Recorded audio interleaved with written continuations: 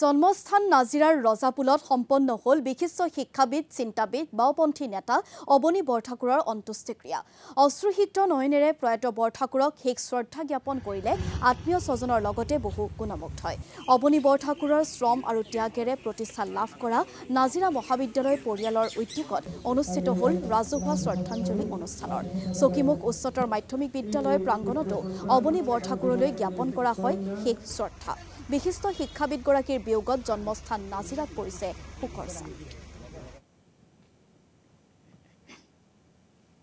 তেখেত কেৱল কলেজ পৰিয়ালৰে নহয় বৃহত্তৰ নাজিৰা অঞ্চলৰে নহয়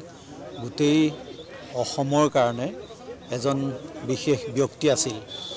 ৯৫টা বছৰ অতিক্ৰম কৰা সুদীৰ্ঘ জীৱন পৰিক্ৰমাত তেওঁ সমাজৰ কাৰণে কি কৰি গ'ল সেই সম্পৰ্কে ইতিমধ্যে অসমৰ বহু মানুহ অৱগতও হৈছে বৌদ্ধিকভাৱে সমৃদ্ধিশালী এজন মানুহ কিন্তু ছাত্ৰ অৱস্থাৰ পৰা কমিউনিষ্ট আদৰ্শক মূল হিচাপে লৈ জনগণৰ হকে তেওঁ বহু কাম কৰিছিল বিভিন্ন ঠাইত